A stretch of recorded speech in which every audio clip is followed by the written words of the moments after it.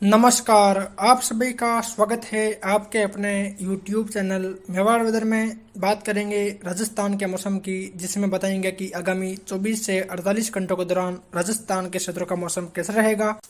आज दिनांक 22 सितंबर 2025 से अभी देखा जाए तो जैसा कि आप देख पा रहे हैं, जो पश्चिमी विक्षोभ उत्तर भारत के पहाड़ी राज्यों पर बना हुआ था वो अब धीरे धीरे आगे की ओर निकल रहा है और एक चक्रवाती परिसंचरण तंत्र जो कि पिछले 24 घंटों के दौरान बंगाल की खाड़ी में बना हुआ था, आज वो पश्चिम बंगाल के आसपास के तटीय क्षेत्रों पर बना हुआ है, जिसके कारण इस समय उड़ीसा, पश्चिम बंगाल, झारखंड और छत्तीसगढ़ के काफी भागों में बारिश की गतिविधियां देखी जा रही है। और दक्षिणी राजस्थान के आसपास इस समय एक कमजोर परिसंचरण तंत्र बना हुआ है। पिछले 24 घंटों के दौरान भी इस चक्रवाती परिसंचरण तंत्र के प्रभाव से राजस्थान, गुजरात और मध्य प्रदेश के काफी भागों में बारिश की गतिविधियां देखी गई। और आज देखा जाए तो आज भी शाम के समय जो राजस्थान के दक्षिणी जिले हैं, यानी कि प्रतापगढ़, डूंगरपुर, बांसवाड़ा और कुछ उदयपुर के आसपास के क्षेत्र, चित्तौड़ के दक्षिणी क्षेत्र, यहाँ कहीं कहीं सीमित एरिया में यानी कि 5 से लेकर 10% क्षेत्रों में कहीं कहीं हल्की बारिश की गतिविधियां देखी जाएगी। यानी कि नमी की मात्रा इस समय यहाँ बढ़ी हुई है, जिसके कारण यहाँ कहीं कहीं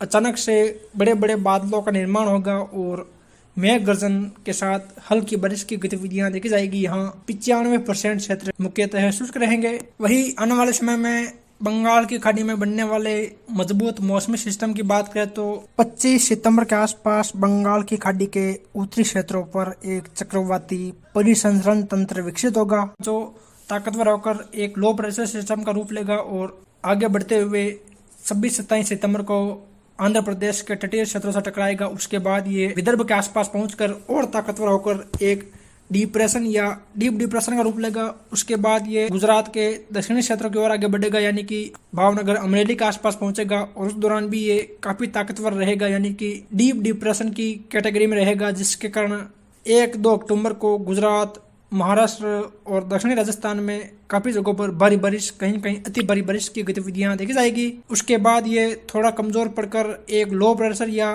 वेलमार्क लो प्रेशर के रूप में ये उत्तर की ओर मुड़ते हुए राजस्थान की तरफ आगे बढ़ेगा और 5 अक्टूबर को ये राजस्थान के दक्षिणी पश्चिमी क्षेत्रों पर पहुंचेगा। उसके बाद ये 6 अक्टूबर के दौरान मध्य राजस्थान और 7-8 अक्टूबर को ये राजस्थान के उत्तर पूर्वी क्षेत्रों और उससे सटे हुए दक्षिणी पश्चिमी उत्तर प्रदेश के आसपास पहुंच जाएगा और तब तक ये काफी कमजोर पड़कर एक चक्रवाती परिसंचरण तंत्र के रूप में ही रह जाएगा। यानी कि कमजोर पड़ने के बावजूद भी उत्तर पूर्वी राजस्थान, हरियाणा, एशिया, दिल्ली और उत्तर प्रदेश के क्षेत्रों में बारिश की गतिविधियां जारी रहेगी। यानी कि इस मौसमी सिस्टम के प्रभाव से आंध्र प्रदेश, तेलंगाना, महाराष्ट्र, गुजरात, राजस्थान, इन राज्यों में भारी बारिश, कहीं कहीं भारी से अति भारी बारिश की गतिविधियां देखी जाएगी। यानी कि विशेषकर देखा जाए तो विदर्भ के आसपास से लेकर जो गुजरात के उत्तर पूर्वी क्षेत्र हैं, साथ ही राजस्थान के उदयपुर और जो जोधपुर संभाग के पूर्वी क्षेत्र हैं, अजमेर संभाग, कोटा संभाग के काफी भागों में उस दौरान भारी बारिश या भारी से अति भारी बारिश की गतिविधियां देखी जाएगी। यानी कि इस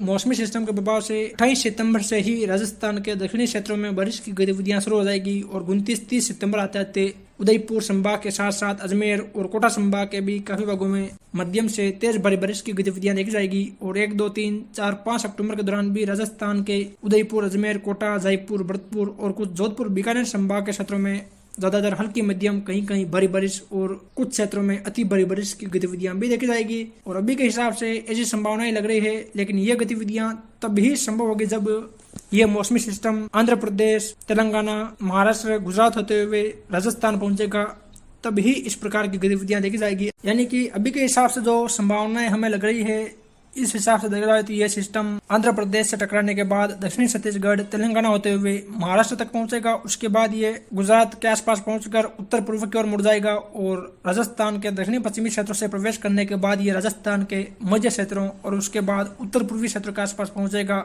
यानी कि अगर इस प्रकार ये मौसमी सिस्टम आगे बढ़ता है तो आने वाले समय में राजस्थान, गुजरात और मध्य प्रदेश के काफी भागों में भारी बारिश या अति भारी बारिश की गतिविधियां देखी जाएगी। और उसी समय जो किसान भाइयों के मक्का, बाजरा, ज्वार जैसी जो फसलें हैं, उन फसलों की कटाई का काम चलेगा। अगर उस दौरान इस प्रकार बारिश होती है तो इन फसलों को काफी भारी नुकसान पहुंचेगा। जैसे जैसे समय बीतेगा हम इस मौसमी सिस्टम के बारे में विस्तार से जानकारी देते रहेंगे। चलिए तो फिर विस्तार से बात करते हैं।